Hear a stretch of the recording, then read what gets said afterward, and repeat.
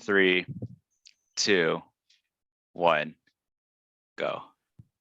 Good evening. This is the November 1st meeting, November 1st, 2021 meeting of the Brisbane Complete Safe Streets Committee. Welcome to everyone who has joined us. We will start by reading through a declaration that allows us to hold virtual meetings.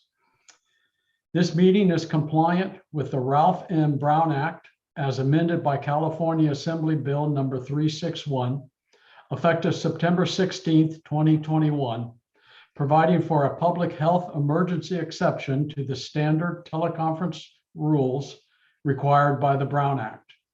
The purpose of this is to provide a safe environment for the public, staff, and committee members while allowing for public participation.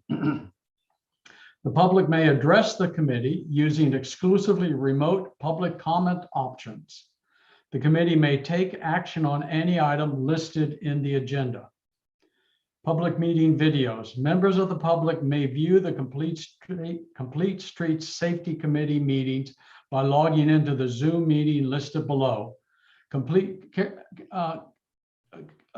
Adrian, can you put this on screen so that people have audio issues, they can see it, as well as get the web links correctly if they're on TV? Complete Streets Safety Committee meetings can also be viewed live and or on demand via the city's YouTube channel at www.youtube.com/Brisbane CA or on Comcast channel 27. Archived videos can be replayed on the city's website at http://brisbaneca.org/meetings. Meeting by Zoom. Topic: Complete Street Safety Committee meeting. Time: October 4th, 2021, 6:30 p.m. Pacific Standard Time. www.brisbaneca.org/CSSC-Zoom. The meeting ID is 97609557422, and the passcode is 747389. You can also join by phone by calling 1-669-900-9128, and the meeting ID is the same, 97609557422. How to address the committee. When an item you are interested in appears on the agenda, you may address the committee at that time. If the matter you are interested in is not on the committee's agenda, but is a matter that is written into the committee's subject matter jurisdiction, you may address it under public comment. Remote public comments. Meeting participants are encouraged to submit public comments in writing in advance of the meeting. The following email will be monitored during the meeting, and public comments received will be read into the record during oral communications or during an item. And that email is Kinzer, KKINSER @brisbaneca.org. Okay. Special assistance. If you need special assistance to participate in this meeting, please contact Karen Kinzer at the email address I just gave you, or at 415-508-2133.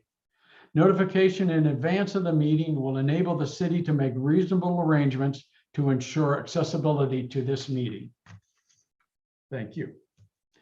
Okay, I call this meeting, let's keep the agenda up there for a moment if we could, Adrian. We kind of like to do that. I'm going to actually let Matt do the screen sharing so he can get practice running the meetings. So that sounds great. Okay. Defer to Matt if you can, please pull up the agenda. Yep, I'm I getting will it do up. that. Thank you. I call the meeting to order. Could we have, is Matt taking roll call then for us? I've got the names. Okay. Alex Bain. Present. Christian Cabrera. Present. James Christie. Present. Linda Detmer. You're on mute. Linda? Present. Right, Alex Lau is not here, right? Patrick Tainter. Present.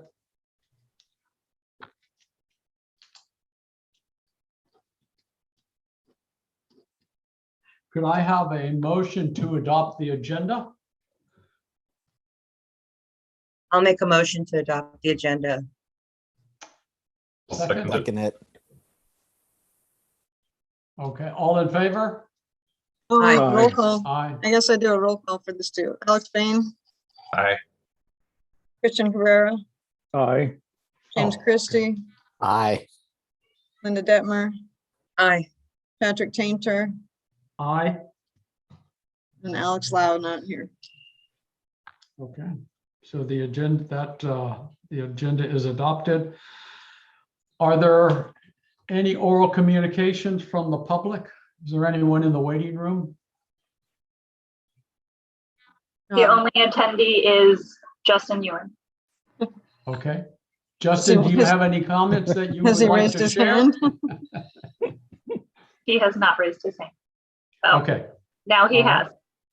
has. all right.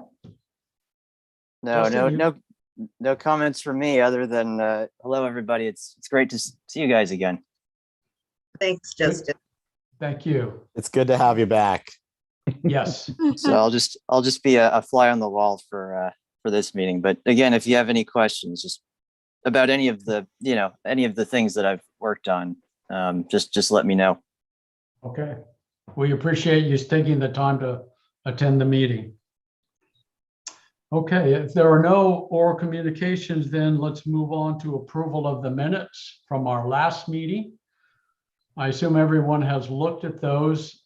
Were there any additions or deletions to those minutes that anyone thought should be brought in? No? Okay. Could I have a motion then to approve the minutes from our last meeting? Motion to approve. A second? My second. Okay.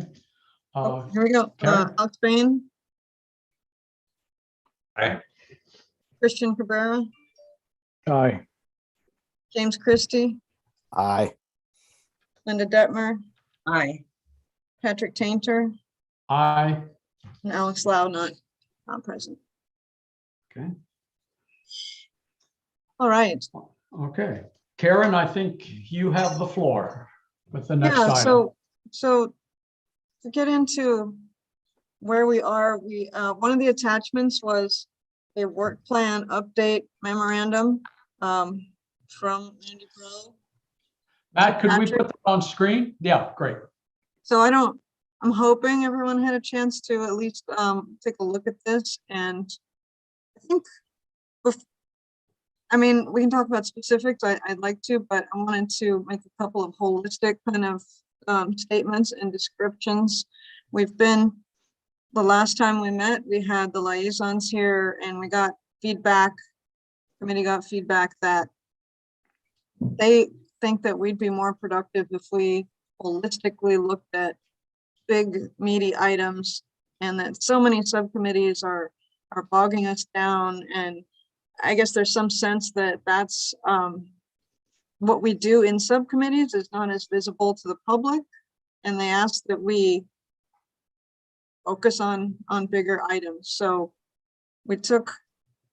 I gave Randy what I considered status of each of these items from the perspective of the committee being the eyes and ears of the community, and looking at all of these sites and giving us feedback and making policy recommendations. And from the perspective that we, as engineers with licenses and carrying liability for the city, have to make ultimate engineering recommendations on some of these items.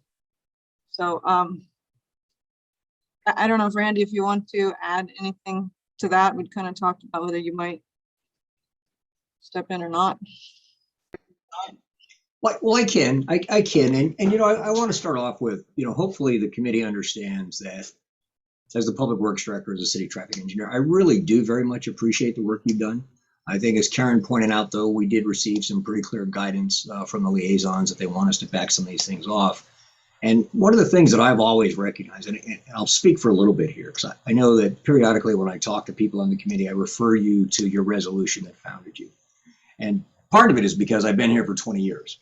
So if you look at that resolution and you look at all the things that were done in 03 and 04 and 06 and 08, and how we eventually went from being a TAC to a bike and ped advisory committee, and how then we combine all those roles into complete streets, those all have my fingerprints on it. So including me writing that resolution in 2013. So I'm relatively familiar with the history of it, having been here a long time. Although I think probably in the last 5 years or so, certainly I haven't appeared very much with the committee. I've let Karen and Justin and people from the police department run it. But one of the things that I've learned 20 years ago is that there's always tension with this committee. And the reason for that is you're put in a very difficult role, because oftentimes we ask you to comment on things and we're not clear enough on what things we really are expecting you to comment on. And it comes down to in particular, design of roadways. It comes down to the placement of traffic control devices. And the reason there's friction there is because those pieces of work really fall under the definition of the practice of civil engineering. And what that means under state law is that the work has to be done by a licensed civil engineer. And there's a long history of why civil engineers were licensed. It goes back well over 50 years, but it's for the public health, it's for the safety. Every state in the United States requires pretty much the same thing. And also, as Karen mentioned earlier, the city also, to preserve its immunity from liability, has to have a licensed civil engineer do that. So oftentimes you end up with someone like me that I have to make the final decision, or oftentimes I'll delegate that to Karen. And just, you know, so you understand what we have to go through to get there, is that to be a civil engineer, you've got to spend 4 years in an accredited engineering program. And then you've got to take an 8-hour test before you're even considered an engineer. Excuse me, Randy, could we kind of get to the point here? Could we kind of get to the point of where we're headed? I appreciate that. Save everyone's time. Thank you. Sure. I'll get there.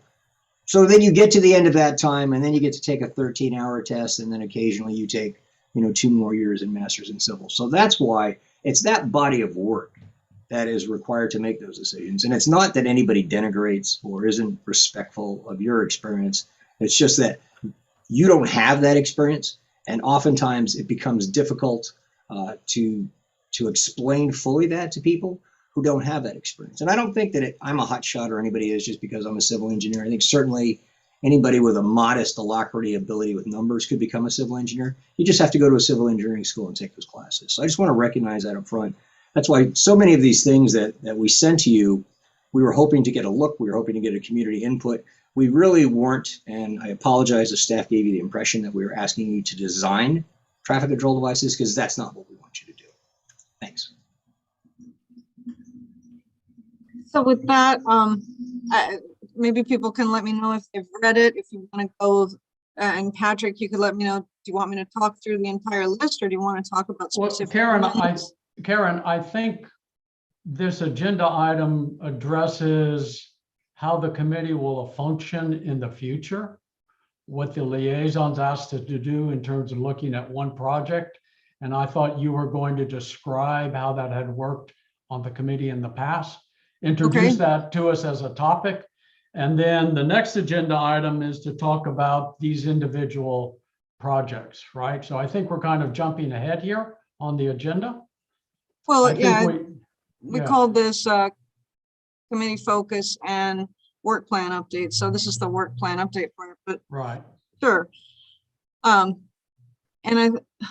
maybe everyone doesn't know, the city had a traffic advisory committee a long time ago. I know some of you do know. And at certain points we had a bike and pedestrian advisory committee. And there was a request from the council to look at pedestrian routes to schools. And a couple of you have been around for a lot of that time. So we decided to take those two committees that had met only, not regularly, maybe quarterly at most, and come together as a complete street safety committee And that is named after the California Complete Streets Act of 2008 that says, if you look at a road, you have to consider all modes of transport. And some of you know this, so I'm sorry if I'm going over stuff that isn't, is not new to you necessarily, but look at all modes of transportation. Look at how bikes, peds, truck traffic, everybody can can use a street and be really considerate of all of those routes in what's now considered or coined to be called a complete street. So that's how we named the committee. And the first task was, there'd been a lot of talk about pedestrians. We're a tough geography to try to make all of our streets bike friendly right off the bat, but pedestrians are always out there, need to get around, and people want to walk their kids to school with some of the complaints. They have a stroller, they're walking in the street, they're not feeling safe. So that was the first task that the committee was supposed to focus on. And that's even spelled out specifically in the bylaws. So the full committee worked on that and worked on it for maybe as long as a couple of years, quite a while.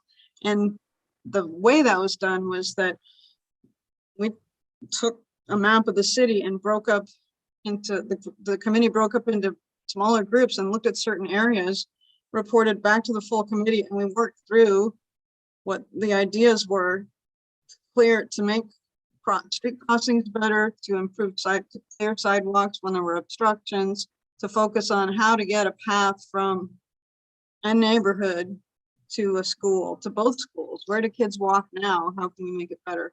So it was felt to be very effective, and the council thought that we could produce more by working that way instead of working on 5 different things in a bunch of subcommittees, to take one thing and work all the way through it, and then go to the next thing and work all the way through it, with obviously caveats. If something urgent comes up or important, or review of the Bayland circulation plan comes up, we would take that on. That was their ask to us. And at the last meeting we had kind of we didn't know that we were going to get into detail, or how the liaisons didn't really give me a lot of time, as I felt, to prepare on the work plan. So I went through the work plan, and we talked about this the last meeting, where I thought we were on most of these items. And in light of the new direction that we also got, that a standing committee, we have to publicly notice every meeting of a standing subcommittee. An ad hoc subcommittee is not required to be publicly noticed. Definition of an ad hoc committee is that it's a project-based committee. And I believe that each of our subcommittees were project-based. We were working on a thing that, when it was completed, was completed.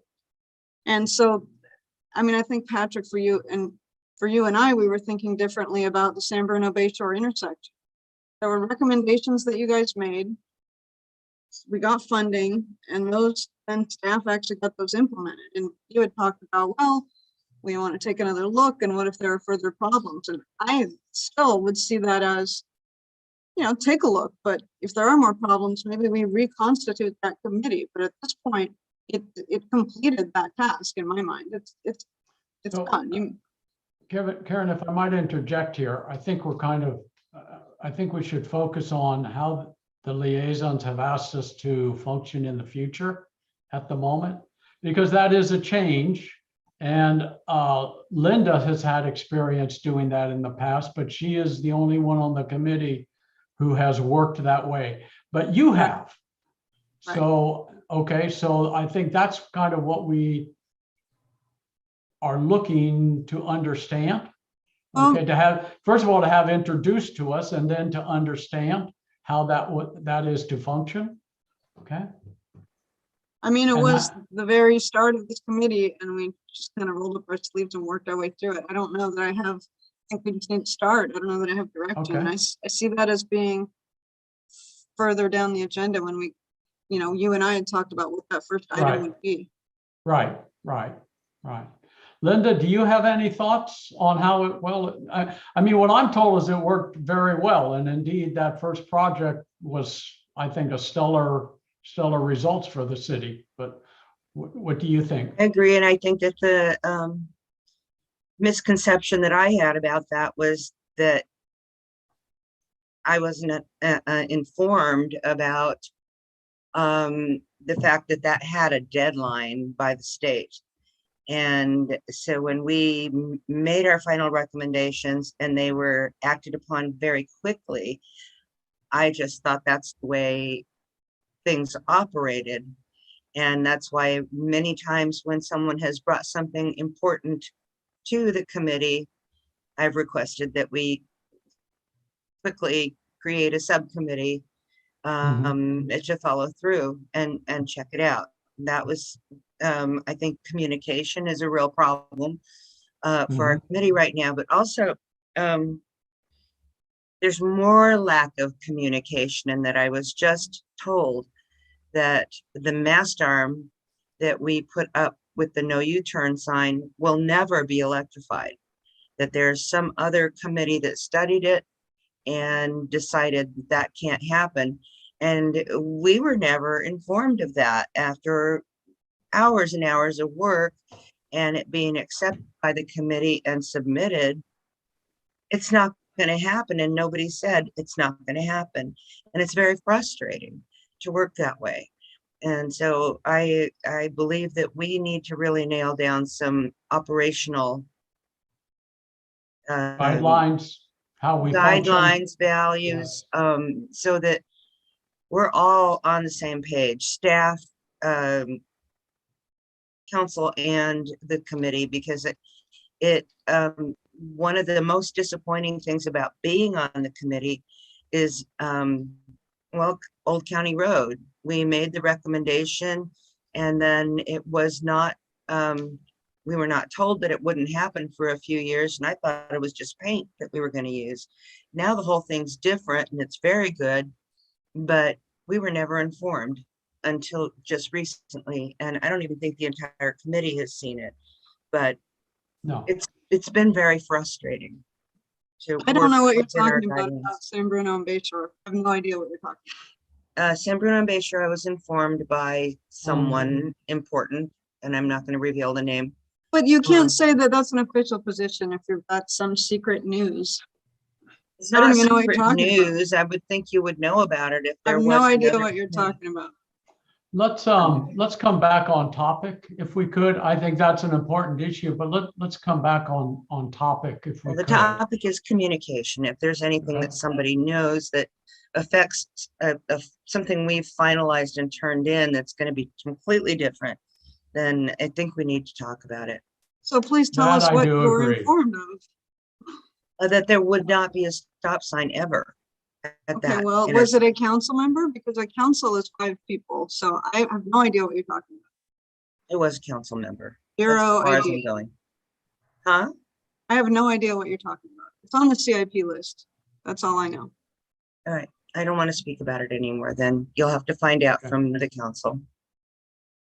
Or check it with the council. Well, I don't know if it didn't happen at a public council meeting, but that's a fact. Okay, So- we're off topic here. I realize, if I could say a few words here. The past 2 months, I have come in, I'm addressing the committee. I have come to see a side of how we operate that I had not seen before, and it has apparently actually been around for quite a while. And there are a lot of very sore feelings, if I could characterize it as that, on the committee member side, both present and past, that has not been productive. What I would like to do right now, though, is look at how we're going to talk about some of these other projects here, because it comes back to the complaints the committee has had in the past. But let's try and understand, Karen, if you could explain to us again how the liaisons want us to function going forward. Can you So- please? Yeah, I don't know if I I can say again, but I don't know how differently I can say. They asked that we choose that we work on large items as a whole committee Okay, and not okay, do our work through a various number of smaller subcommittees that report back, because it seemed to them like that was less effective. It was taking us longer to accomplish some of these bigger tasks that are, okay, I guess, should be our priority. okay. All right, fair enough. I frankly am willing to give this a try. I mean, I've talked to a couple of prior committee members from those days, and they thought when the committee focuses on one project and still breaks up into small teams, from what I understand, to work on various aspects of that one project. But that was a very effective way for the committee to operate. So this is a major change. I'm curious, I know this is new to everyone on the committee right now, but does anyone have any thoughts or questions you'd like to voice about this right now? I think Christian is. Yes, Christian, please. Yeah, so you know, there's different or I've been exposed to different, you know, project teams management style. I think this would be a, you know, a different style that that I guess, you know, the city wants to take. But this one, so going this direction, in my opinion, it would require a very specific scope of work of the things that we're going to work, because a lot of the times those projects, they tends to branch out, and that's why when they have like different moving parts, and you have in and out information, that's why you see them, you know, almost like open-ended. So I think that would help to get everybody in the same page if you have a clear scope of the project. I still think, you know, having everybody work on one project at a time. I mean, I'm hoping to see how it works, but it's sort of, I'm not sure how efficient that will be, you know, because some of the projects that we do work on are not huge, and some of them are small, so it just makes sense to break them down. But nonetheless, you know, what will make a big difference is having a very clear scope, and also manage the expectations, because when we get feedback from residents, we sometimes want to sugarcoat it and say, okay, we're going to do this now, but down the road, you know, there's a potential to do something else. And because we cannot just say this is it, you know, because this, at the end of the day, these are taxpayers and they want real solutions. You know, we can just be limiting ourselves, you know, to put a Band-Aid on a lot of these problems. And we have to think about the future and stuff like that. Okay, So, thank you, Christian. I'm going to Yes, comment a little bit more, is that on the safe pedestrian routes, I think it's reasonable to explain that it wasn't super clearly defined in the beginning. As we went along, we realized, wow, we could look at every single block of every single street, not just central Brisbane. And it kind of became clear to kind of draw a line around and get a first phase accomplished. And it sort of became clear that there was a time limit that made sense, but it wasn't day one. We knew exactly what that was and where that boundary was. You know, it sort of worked itself through. I need something else and it slipped my mind. Sorry. okay. James or Alex, do you have any thoughts on the direction or the way the committee will be working in the future? I don't have any specific thoughts on it right now. I think it's fine to focus on things. I think a number of our subcommittees kind of wrapped up, so I think it makes sense to maybe focus on things. I'm open to it. Okay. Oh, I thought of the other thing I wanted to say, but I'll go last. Go ahead. I mean, I thought the way we worked in the past, I mean, we were able to accomplish things. I mean, Bayshore, San Bruno is a perfect example. Yet, I've always seen our position as we serve the council. So if they give us a directive, I'm all for implementing it. Those are my thoughts on the matter. Okay. Okay. So, do you want me to?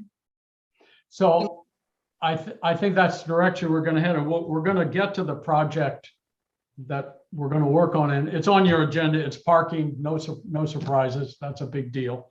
But the hard part of I'm all on board with working this way.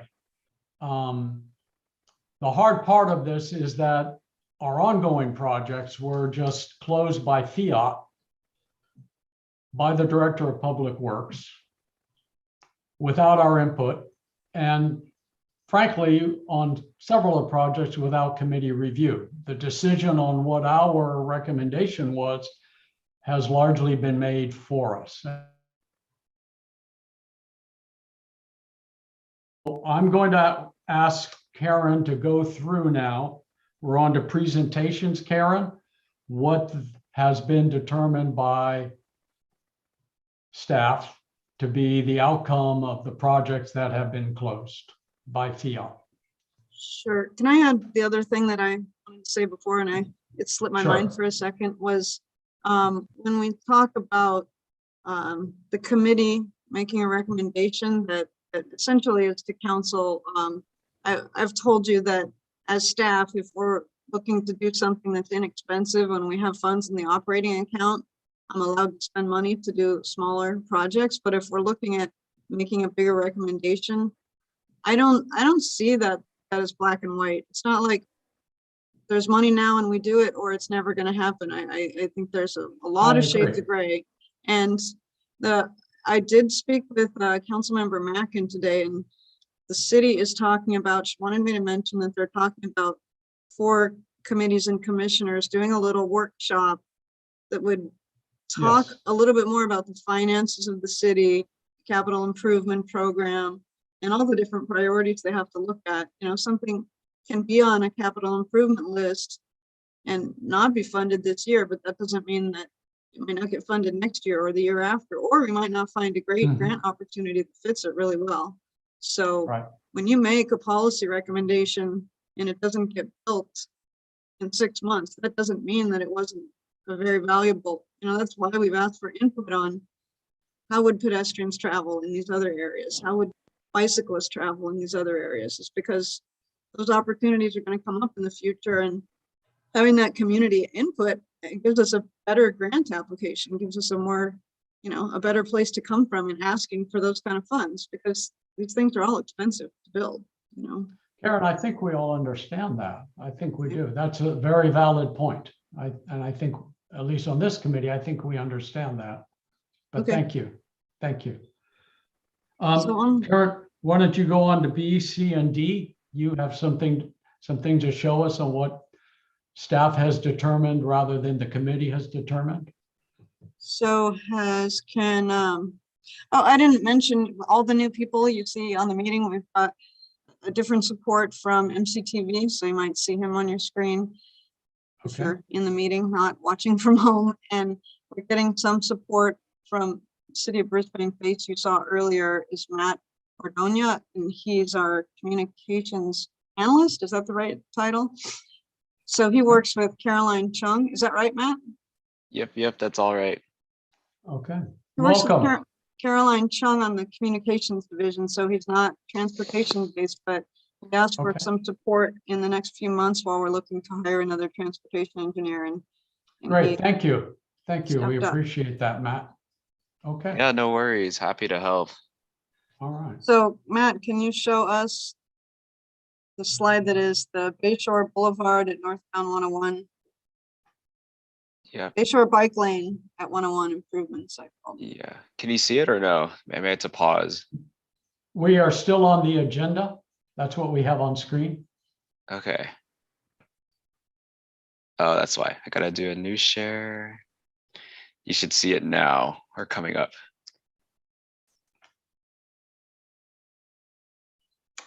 I do not have it myself.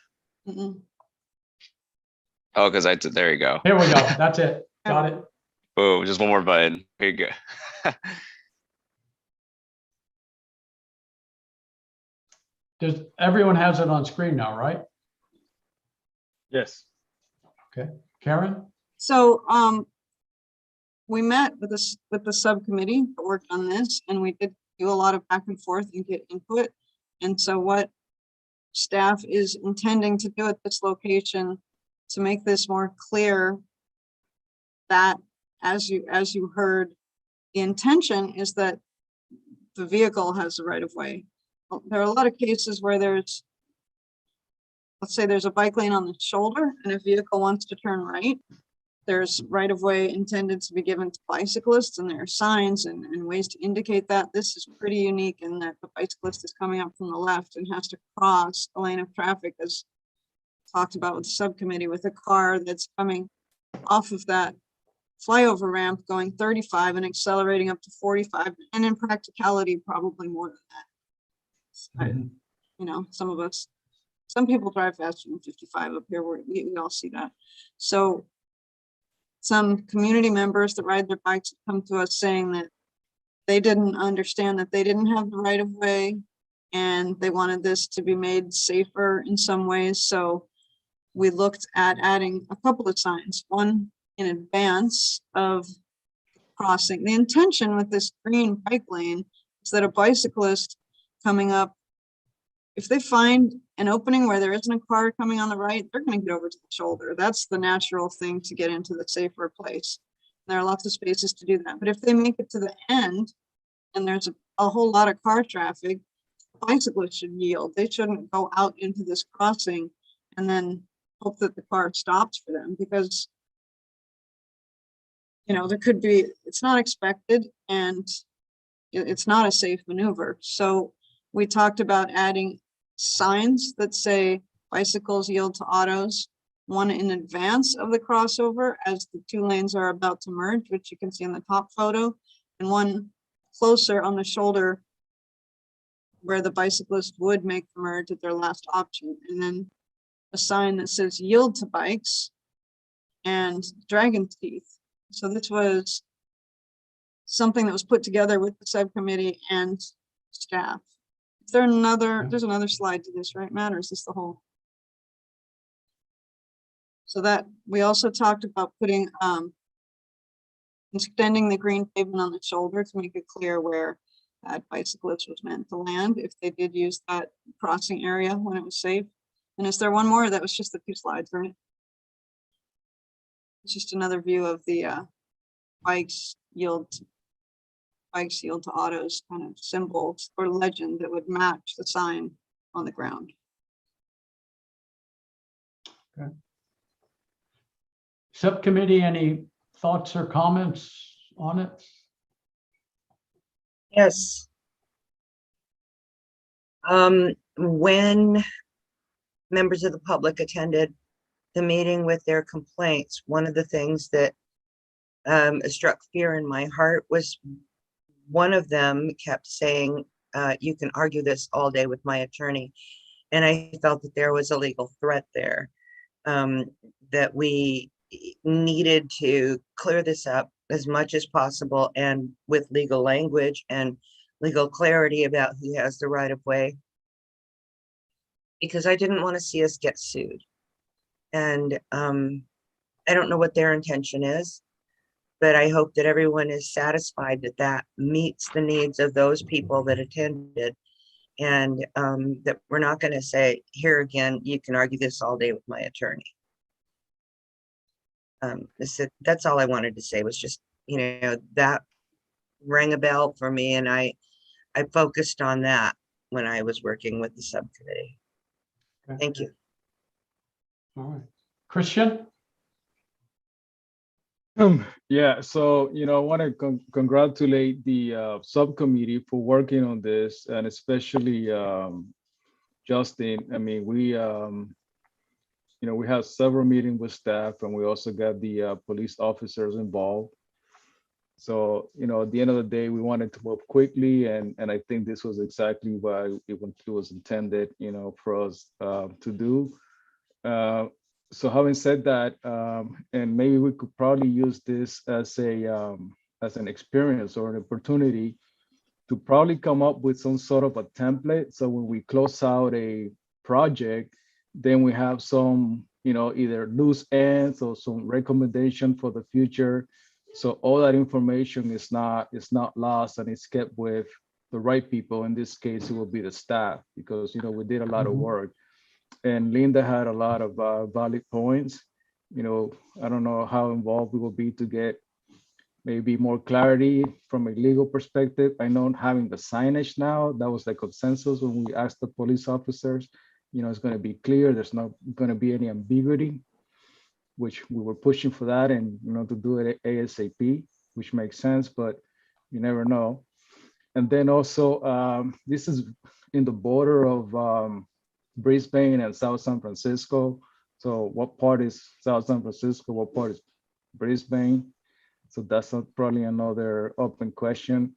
But down the road, another problem, and I think Pat brought this, it's a narrow pathway, for better like a war, it's a hairy situation for a bike rider there. So down the road, what is the solution for that? You need to expand it, and there's different options that Brisbane cyclists recommended, and one of them was to go through the underneath the ramp.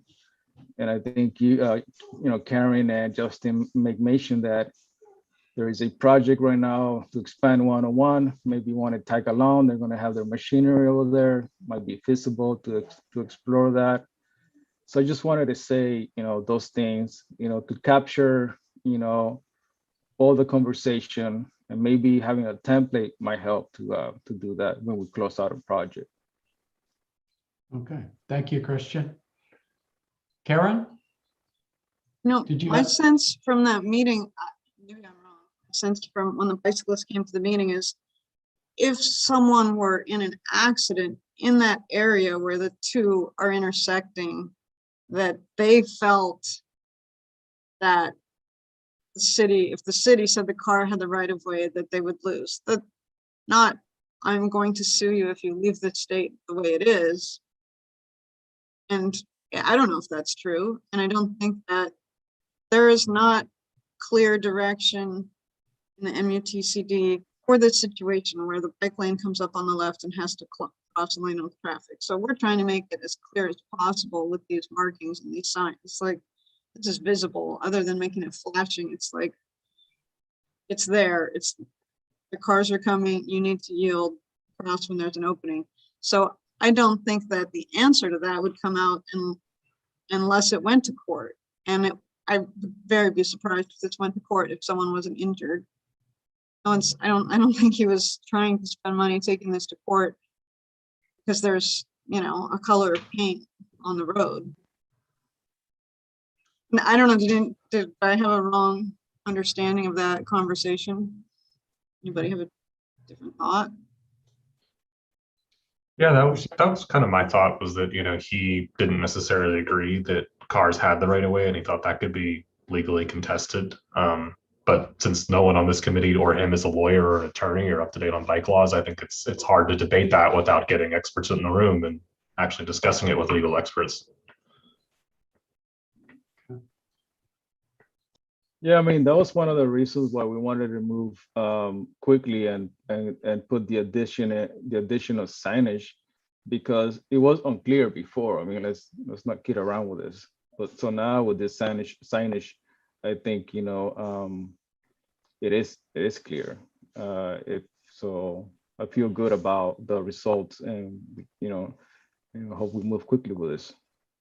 So yeah, just your comments about the long term is, you've made these, the bicyclists have made these suggestions to staff about doing a cycle track on the west side, or making an improvement that goes over the flyover, which, if Caltrans is going to move that ramp, that would be the chance to try to, and that's why we've made that request, to have them make Caltrans approved crossing there. whatever that may be, and maybe that is separated.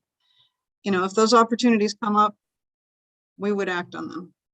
So you guys have recommended that we go after that, and we would act on those. Okay. Yeah, I mean, that's a very good point, Karen. And I guess my point is, so when we close out a project, in my opinion, it will be beneficial to get the subcommittee or the committee that was involved and maybe have a template just to, you know, have them review it, and if there's something that we might add or was misinterpreted, we might have an opportunity to help draft that paper, you know, to help you guys draft that paper or correct it. That's all I'm saying. I have a couple of observations and to make. One, in the picture on the picture on screen, the lower picture, the sign on the right-hand side with the flashing lights, has that in the picture been moved forward, or is it in its current position? It's in its, to the best of my knowledge, it's in its current position, because Okay. we never discussed about moving. Okay. Because when you come around that corner off the overpass, it's quite far up the road. And I mean, because I drive this all the time, and one of the thoughts that occurs to me is as much signage that is visible make signage that is as visible as possible. Yes, we can discuss who has the right of way or who will have the right of way, but the most important thing is that everyone is aware, especially cars, are aware that bicycles are in the area, right? Even if they have the right of way, I don't think any driver, if they see a bicyclist, is going to force that issue. They're going to be careful.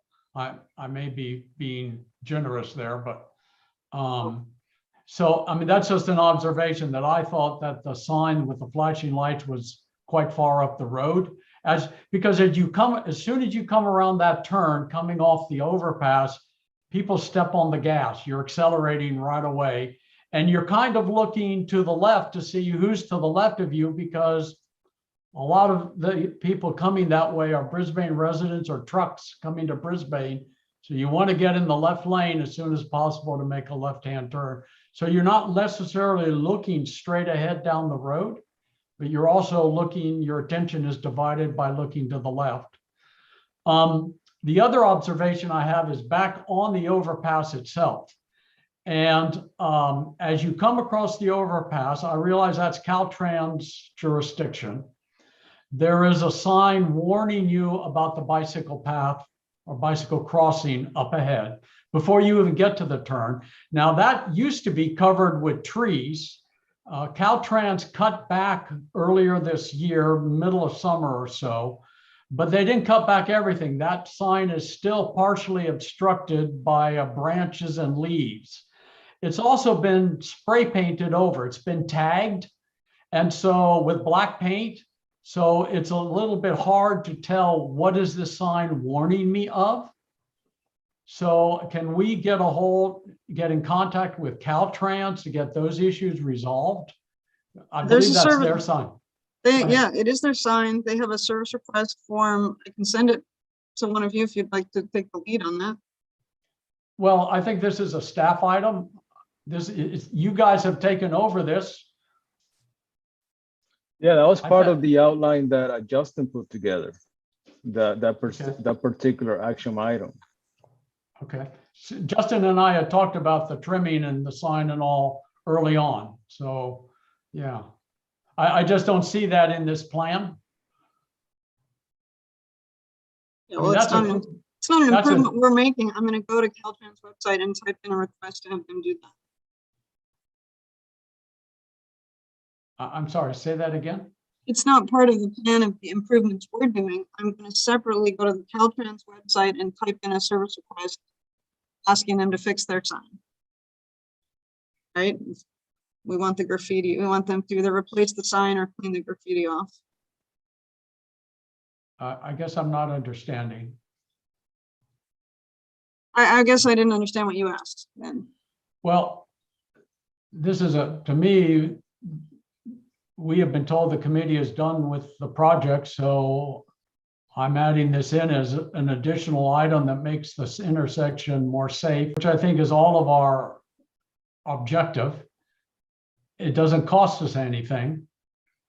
It's a Caltrans issue, and I think if they were aware of it, they probably would want to fix that as well, right? Yeah, so I'll do a service request. Oh, okay. I couldn't, the sound is breaking up. Okay, Sorry. great. Thank you. All right.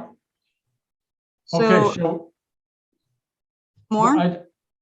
I think, yeah, go to the next one, I guess. Yeah. Which, let me open the agenda again.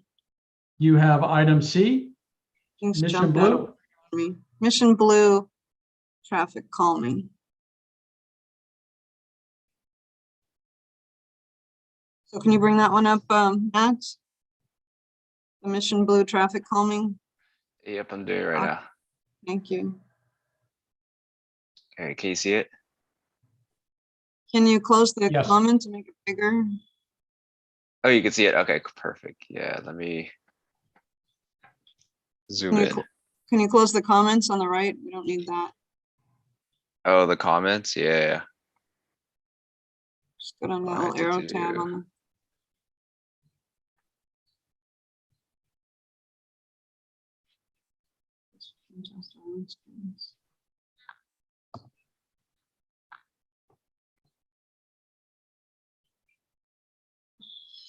So for this one, there had been a lot of committee requests, and staff is going to proceed with shifting. Alex Lau isn't here tonight, huh? Shifting the traffic going uphill over to the left, using delineators and a planter area. I did find, I just received today, the policy about speed humps, and I didn't get a chance to, there are a bunch of attachments, but I want to forward that to everybody since that's been kind of a hot topic. Okay, thank you.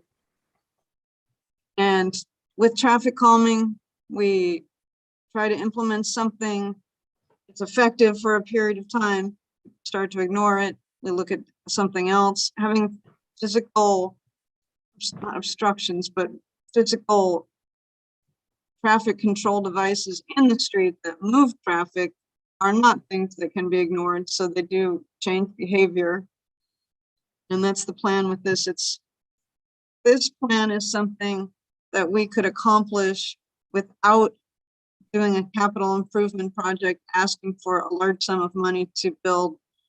In a way, it's kind of a bulb out light, because we're not putting in concrete, but we're moving traffic away from pedestrians and giving pedestrians a shorter distance to cross the street.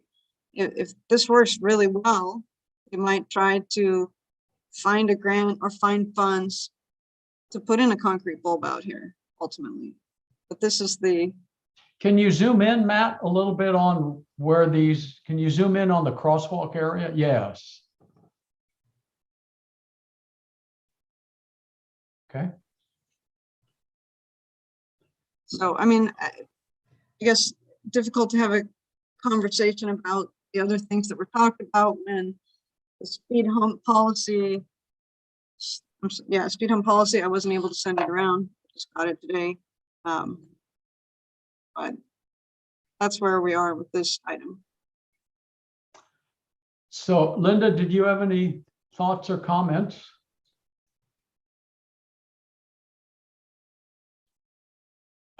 Okay, I was on that subcommittee as well. This is different than what Justin showed us at the last subcommittee meeting we had. Oh, okay, there you are, Linda.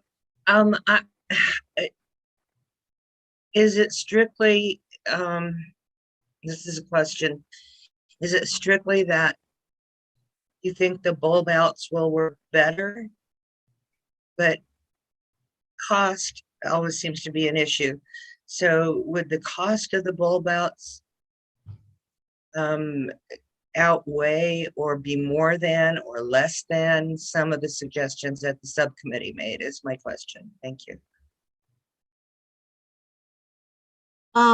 No, I don't think so. I think they're all a reasonable sum of money that could be done out of an operating budget. They're,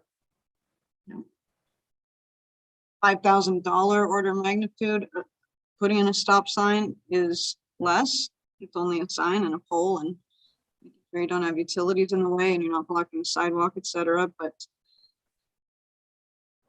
we've talked about, stop signs quite a bit, and they're not intended to control speed. They're intended to control right of way and who is supposed to go and who is supposed to stop.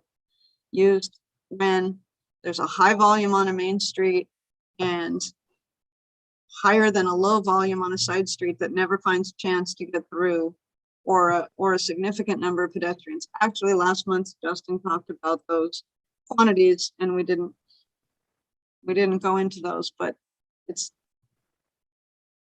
in our minds, this is not the location for a stop sign. You're wanting to put a stop sign in to control speed.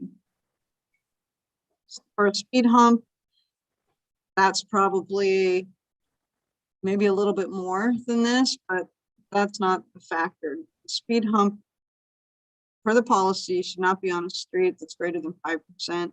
You guys talked about having them up near the intersections, which it's not common or good application of a speed hump when you've got a lot of turning traffic and intersections. They're typically placed on straightaways, and just putting it in between two very close, like an offset intersection, is not a good use of them. I have one more question, please. Yes. I think the bulb outs were proposed by staff prior to us going out there and wasting a lot of time coming up with other proposals. And I don't even understand why this was brought to us to investigate. If there was, it sounds like it was already decided. I mean, what else could we possibly do? And I'm hoping that in the future, our committee will be able to run differently, tell us what staff has in mind, and that there's really no other way to do it, so that we don't have to go out and spend time counting cars and reading the radar sign and trying to figure out if this is truly a problem, what's the best way. And those were the ways that we came up with. But it was mentioned by staff prior to that the bulb outs would be the best thing. So I prefer that we just not even have to address things that have already been pretty much put to bed. Thanks. Yeah, I hear you. That makes sense. This was asked about. Alex Lau isn't here, and then we took some data and we saw, wow, people are speeding. So we open it up to further thoughts, but yeah, this is our preference. It didn't mean that there might not have been something else that could work, but a piece of having the committee look at something or even talk through what the engineering staff thinks is a better solution is, you're not just getting input from the community, you're also spreading that back out to the community. Well, we talked about stop signs, but stop signs aren't used to control speed, or speed humps have these issues, that. It would have been nice to have that information before we went out there. Before we had. Yeah, it was a lot of work. Okay, yeah. So, in the future, if you guys have information like we can't do stop signs and we can't do speed humps because of the grade, I don't know what else we could have done. We all three put our heads together, and if the bulb out was already the only thing that could be done, then it should have just been left out of the committee. Yeah, and I apologize if there was frustration. That wasn't my intent. And honestly, on the speed hump policy, I'm the only one that remembers, because it was, the first public works director the city had in the 90s, and council adopted it back when nothing was electronic. And I had to ask a couple of times that, it was asked first about an ordinance. There was no ordinance. So then I said, no, it's a policy. And then they found it and pulled it out of a box in long-term storage, and they're paper copies, and somebody scanned them. So that was, you know, it's not as digitized as anything that's at some point in the 2000s. Now we have everything digitized and it's more at our fingertips, but it was an old policy that could have been, you know, and that's not a good answer, but that's what happened there. Fine. Just hope in the future we can look at that prior to spending volunteer time out there and subcommittee meetings. It doesn't make sense to do that. Absolutely. And I mean, I know there's been friction, and I very much appreciate that you guys are volunteers and you're giving your time outside of jobs, your avocations, your families, whatever. So I don't mean to make people feel like, you know, oh, I did all this work and I'm not being heard. I don't get any, it's not making me feel, you know, better. Well, that's how it felt after doing the work and then reading that it's going to be bulb outs, and it's when bulb outs were mentioned in the beginning when we went to investigate. So I'm just saying, the communication, here we go again. We need to know what you already know before you send us out there. Appreciate it. Thank you. Thank you. I think that's a good plan going forward. Why don't we move on to the next item, Karen? So apologies to, I don't have a couple of screens, so I'm going a little slow here. Third one is Old County Road striping modifications. And that one I know is 4 pages. Can you bring that up, Matt?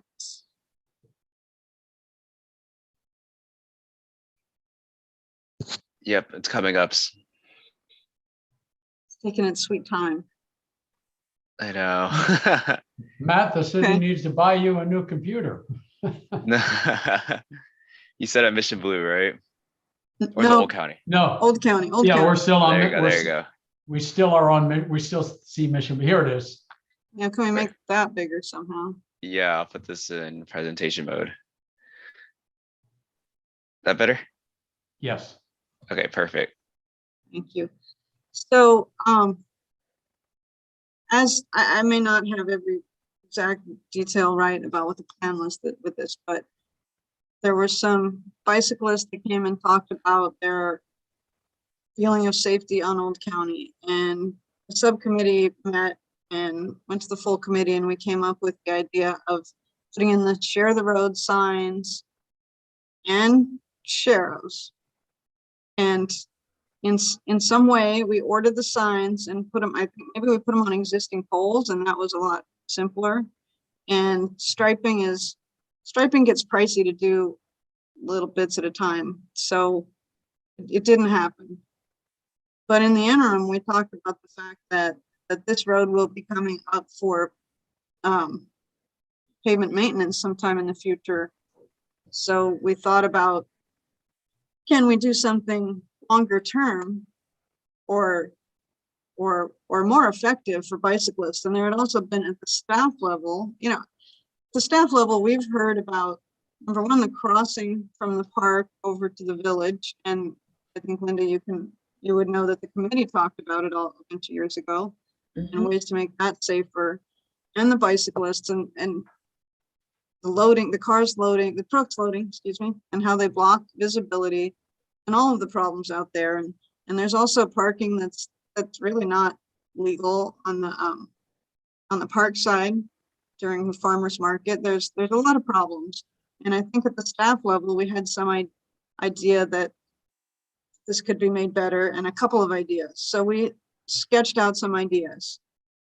And the intent was to bring it to the committee and get feedback, because everybody's sensitive, I found, making mistakes, going ahead and doing things without bringing them, you know, to a lot of people. That if you touch something at the entrance to town, if you remove a dead tree without telling people, you'll hear about it.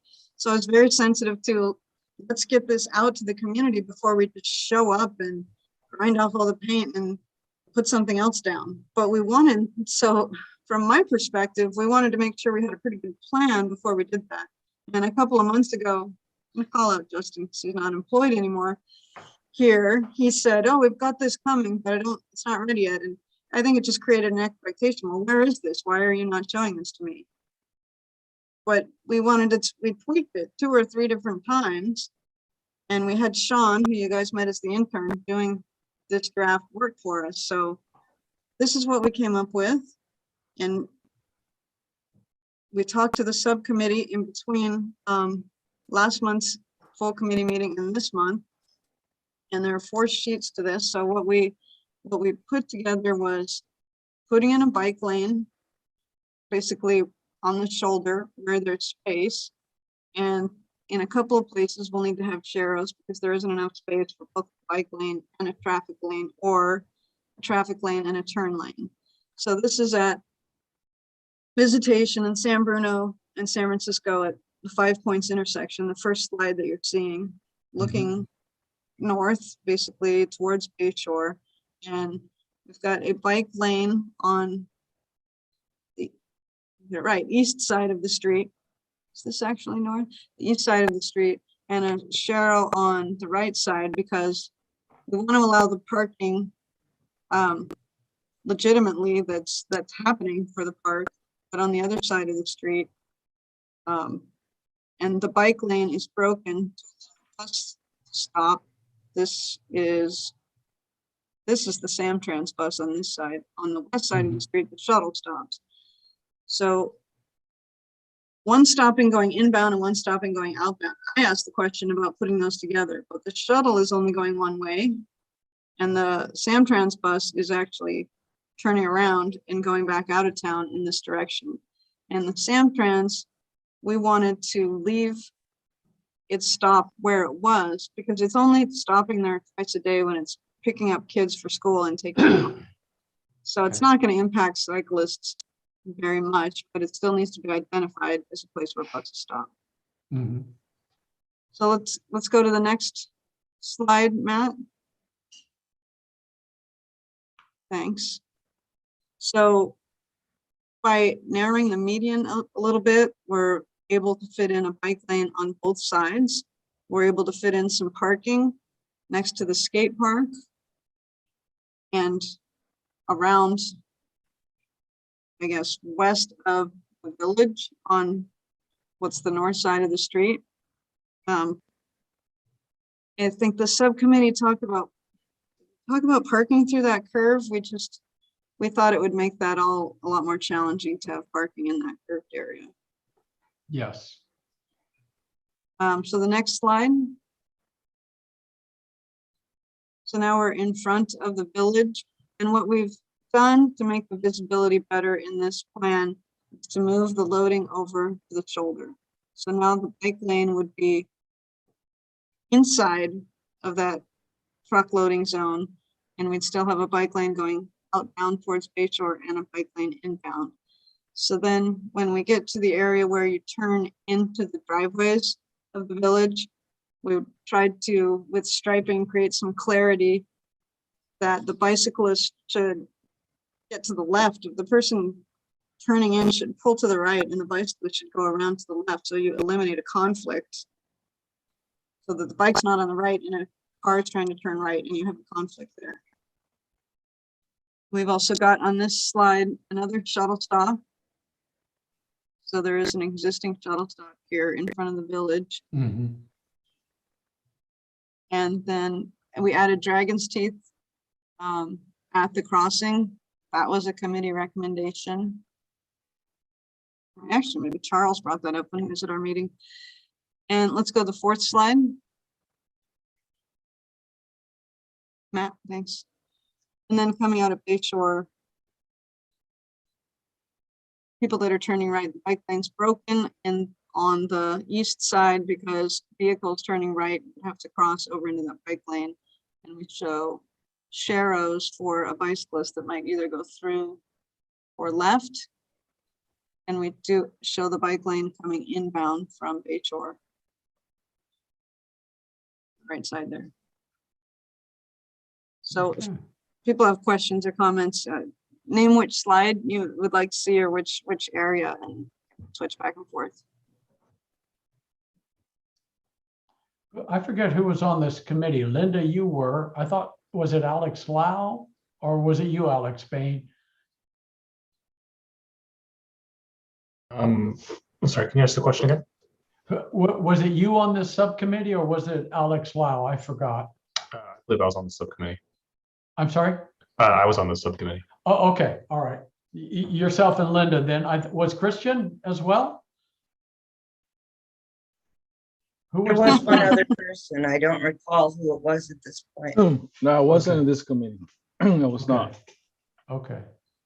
All right. Well, Linda and Alex, do you have any thoughts or comments or? Personally, I think it's a nice improvement. I think having dedicated bike lanes is always preferable when it's possible. I didn't actually think this was an option. I didn't think the road was wide enough to redo it like this. So when this was presented to me, like I didn't really consider that as an option. So I think it's a nice plan. I think that it handles the common use case. It adds more parking than we had before. And yeah, I mean, the only like downside I see would be since you have parking on the opposite side of the street is where the park is. I can imagine that people might be like jaywalking like across the street to get to the park because it's on the opposite side. But I don't know if there's a solution to that. It's just something that crosses my mind.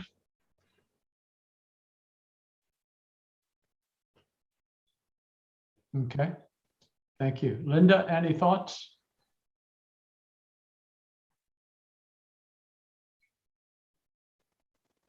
Linda?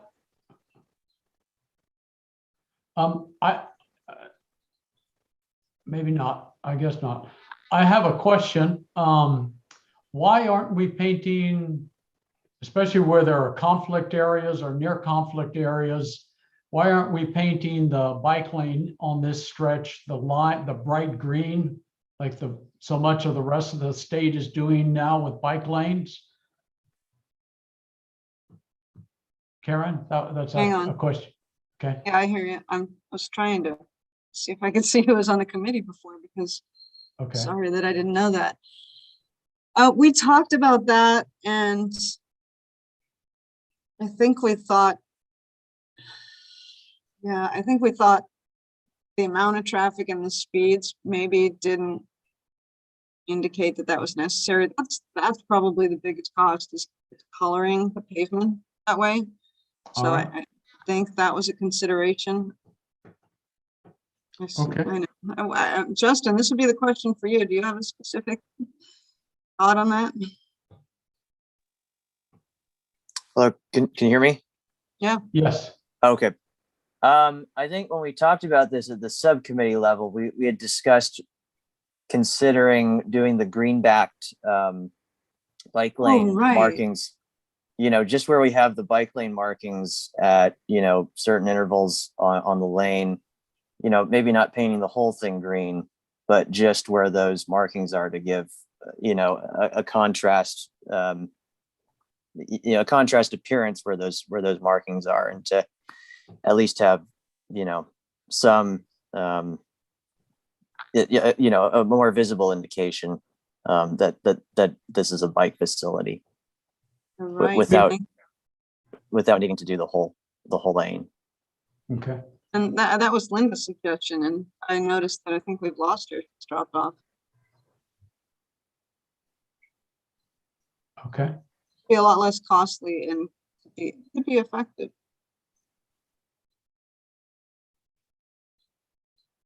Okay. Any other thoughts or comments from the subcommittee? Okay. Why don't we move on to old business then?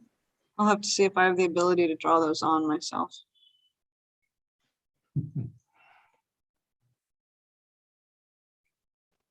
So for old business, we don't have a slide, so I guess no slides for right now. Christian So, had his hand raised. I don't know if there was something on the last item or if that was by mistake.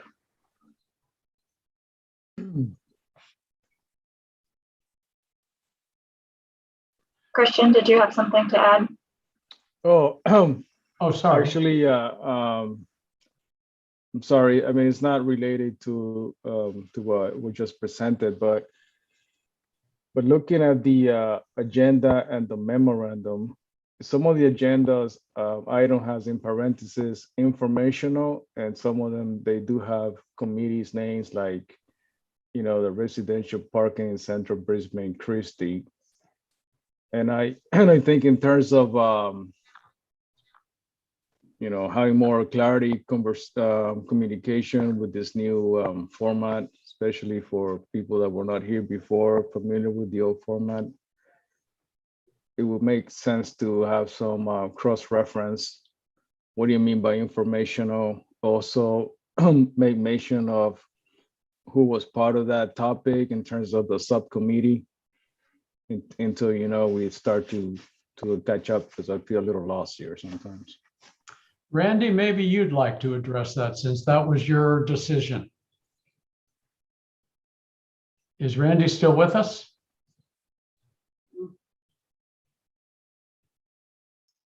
I think that's. Yes, I am. I'm sorry. I'm having trouble getting my mouse to click. Yeah, actually, that distinction between informational action is a very common use on committee and council agenda items to let people know that an item is just being presented to you so you can understand what it's about, as opposed to it's an item that requires action and a vote by the committee.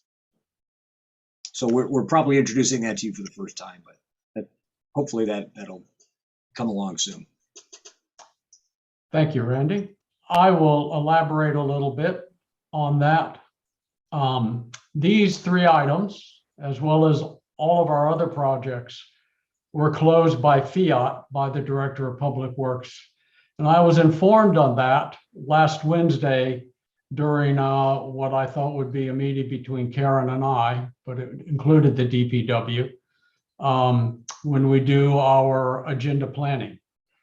So if you look at on your agenda, on the email from Karen, if you look at the memo from Mr. Baralt to I, he explains all of this, and as you read that, the first thing that jumps out is that I think not all of the recommendations that are being taken forward were reached with the subcommittee's consensus, and they are not being taken forward at all with the full committee's consensus.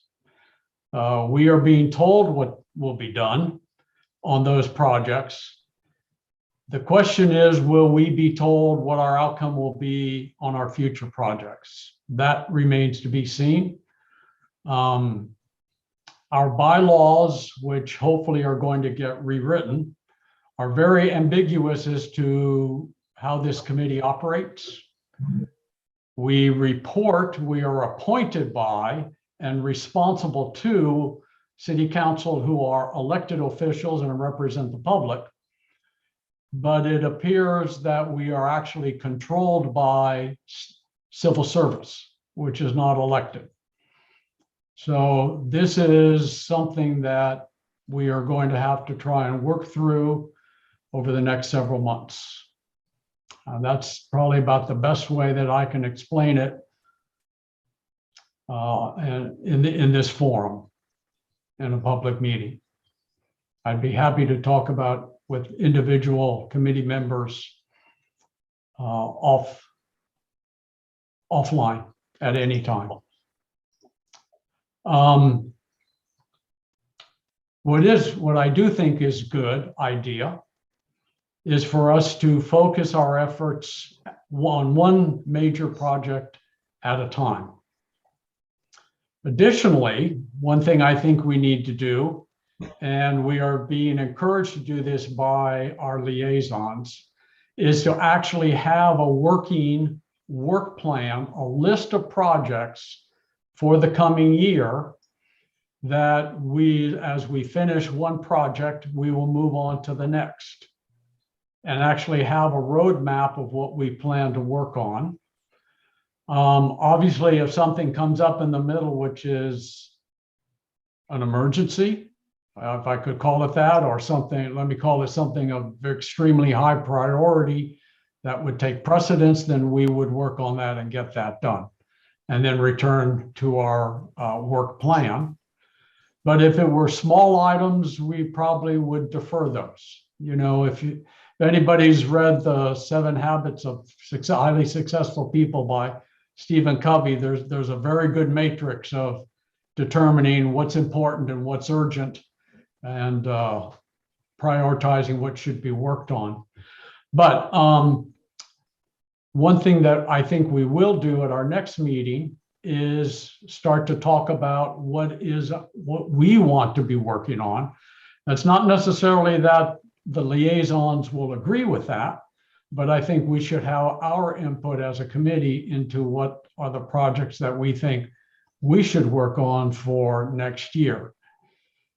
For the moment, though, based on the meeting we had, our last committee meeting, I think it was very clear from the liaisons, and I feel this personally, as I think many of you do, that probably the most important thing we are working on at the moment in terms of impact in the city is parking. And I know we don't have a lot to move forward on that tonight at the moment. But I think we can start to work with James, under James' direction, and maybe expand and what we have done in terms of some of the things we haven't gotten to, and bring that project to a completion as soon as possible.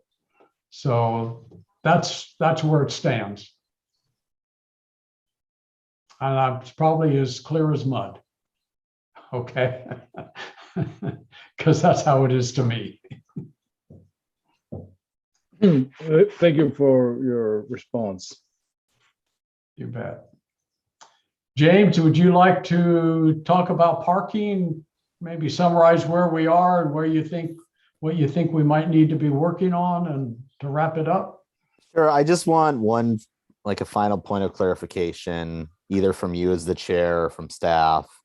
So have all our subcommittees been dissolved, including the parking subcommittee, and we will just be dealing with the parking issue with the whole committee? Is that correct?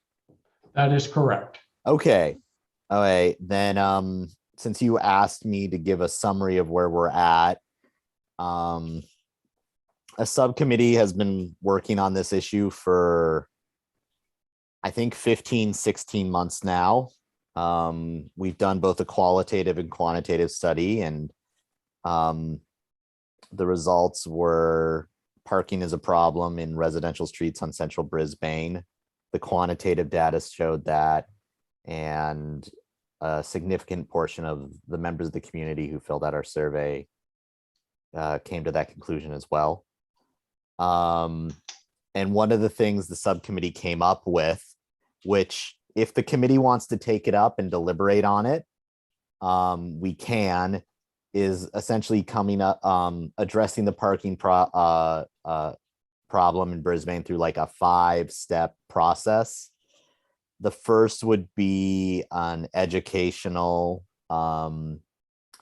public service announcement called, Be a Star, Get Rid of a Car. That's just a working title, where we educate people on this issue. There is articles in the Star, we just try to get out the word that people having multiple cars or people not using their driveway or garage is contributing to the parking problem, and try to encourage people to start using their driveways, get rid of extra cars, start using their garage. We would then do another quantitative study, or we would do an additional study after that to determine if there'd been an impact on parking. If there hadn't, we would then propose a street sweeping program. Then we would do another study to determine whether the street sweeping program had an impact on parking. And if not, we would then recommend a townwide vote on a parking permit program. Now this is like an outline of what the subcommittee came up with. We got feedback from council, so we can either deliberate on that, or we can choose as a committee to come up with something else. So that's kind of where we're at currently. And I certainly want to hear additional feedback and see where the committee wants to go on this in terms of what should we recommend to council? If we should, or should we continue deliberating? I was Cameron? wondering if James, you could encapsulate what the feedback was that we got from the two liaisons. I did. Well, that's something Again, I've personally been struggling with. Yeah. I was actually, unfortunately, I had a personal commitment this past month, so I was not able to call the subcommittee together. So I was actually hoping to call the subcommittee together to deliberate on that very topic. I could read my notes, but I personally did not feel that we got any sort of clear direction from council. I mean, obviously, if members of the committee who are here disagree, I would certainly like to hear that. I could just read my notes if you want me to, but yeah, I definitely want to hear what everybody else has to say. Linda? We did have a plan to meet as a subcommittee to review what we have so far and try to incorporate some of the direction we were given at the last meeting. And I think we should continue with this, not only discussing what we've already discussed. It looks like that we're going to have to do it with the whole committee. But I would really like to see us have a subcommittee meeting so that at least our portion is wrapped up before we hand it over. Okay. I don't see that as handing over. It's expanding kind of the discussion. I think as much as I like that idea, the subcommittee, the world of subcommittees has come to an end for the moment. But maybe James can put, yeah. Well, Yeah. I can summarize my notes But that I wrote and was my interpretation of feedback we got from our liaisons. and maybe we could review it at the next meeting or something. I mean, right? I mean, I don't want to put you on the spot right now. I mean, I can just read my notes. Okay. Okay. But Great. obviously this was my opinion based on what I was hearing from the liaisons. You all were there too, so We were all there. Yep. you can freely disagree. But so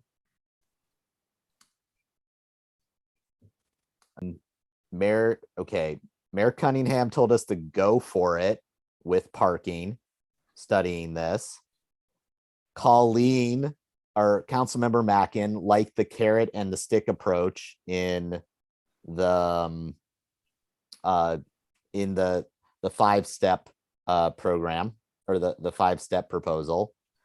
And although she was also worried about us penalizing people who are following the rules with a street sweeping program.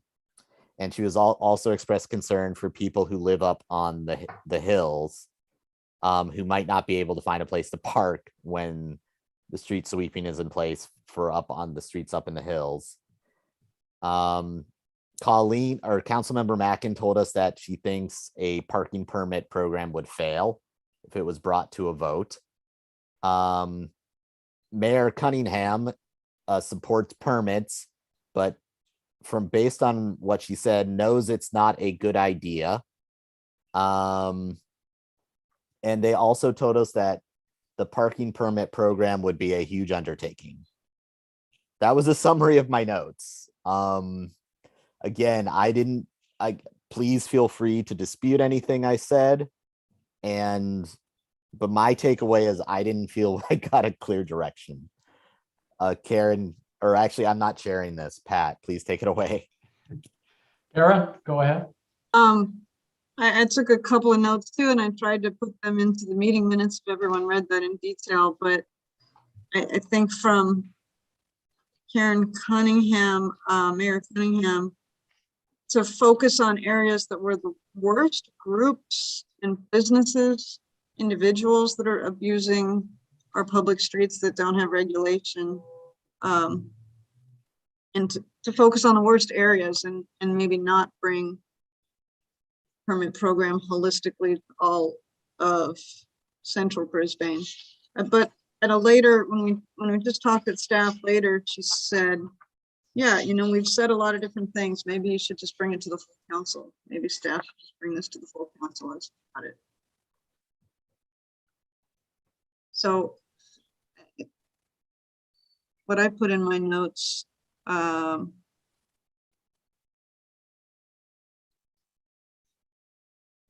different solution. You know, we really the subcommittee really racked their brains in terms of possible solutions, and some of the things that they talked about. You know, you've got outsiders coming to town and parking on your streets. I think I kept saying, if you don't have a permanent program, you can't regulate that. It's a public place. It's legal for them to park there. Localized, and if you do a street permit on one block, does it just push the problem over to the next block? I don't know if that's an absolute. That's another thing that shades of gray, not black and white. It's like not everybody wants to park further away. If it's a vehicle they don't drive, maybe they will move it, or maybe they will sell it or dispense with it in another way. It's hard to say absolutely. If you do this, everyone will respond in a certain way. So. And then to mention that City Manager Clay Holstein said, don't think about street sweeping as just a penalty. It's serving a function in keeping trash free out of the storm drain. So it has its benefits. Could use to have a program that swept all the residential streets. We never enforced, and we didn't reach a lot of curbs in some cases.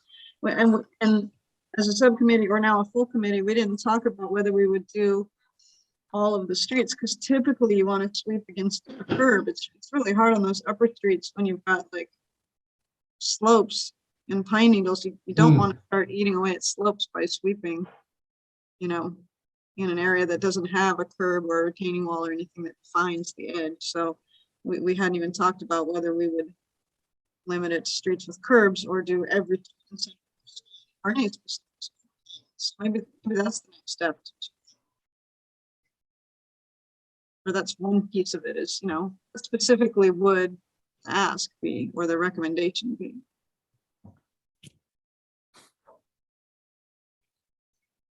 Anyone else have any recollection? Linda? Listening to all of this, it makes me feel like we're not ready to present a final plan to the council, that we need to meet and put all the pros and cons on the table with the full committee of the different ideas that the subcommittee came up with, and kind of noodle out, you know, why we think something will work, and, you know, any other options that come up from the full committee, since we really haven't had a chance to discuss that as a full committee.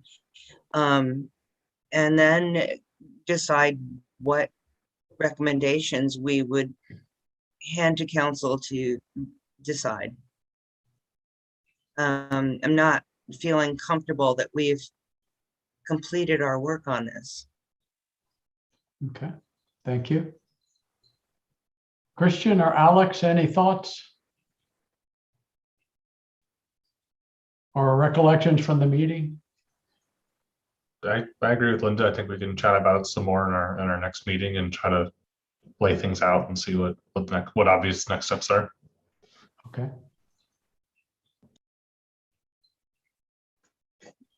Thank you. Christian, any thoughts?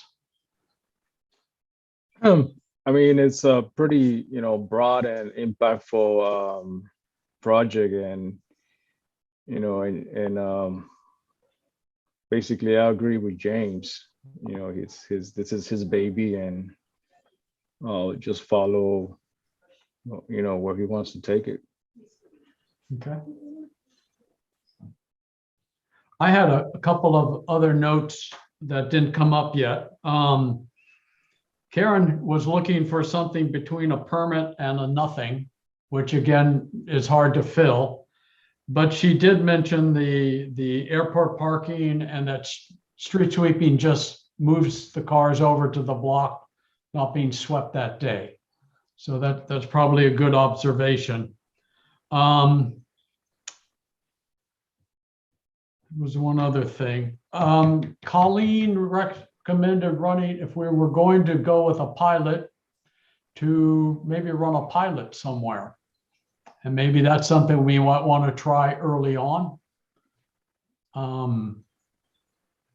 As we go through, if we adopt the carrot approach, staged repercussions thing. All right, well, why don't we defer this to our next meeting?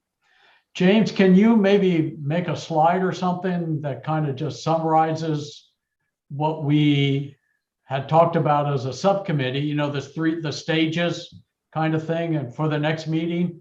And one thing that I think we talked about this last time, but one thing we really do need to do is to be able to see those things go out with the agenda. So if you can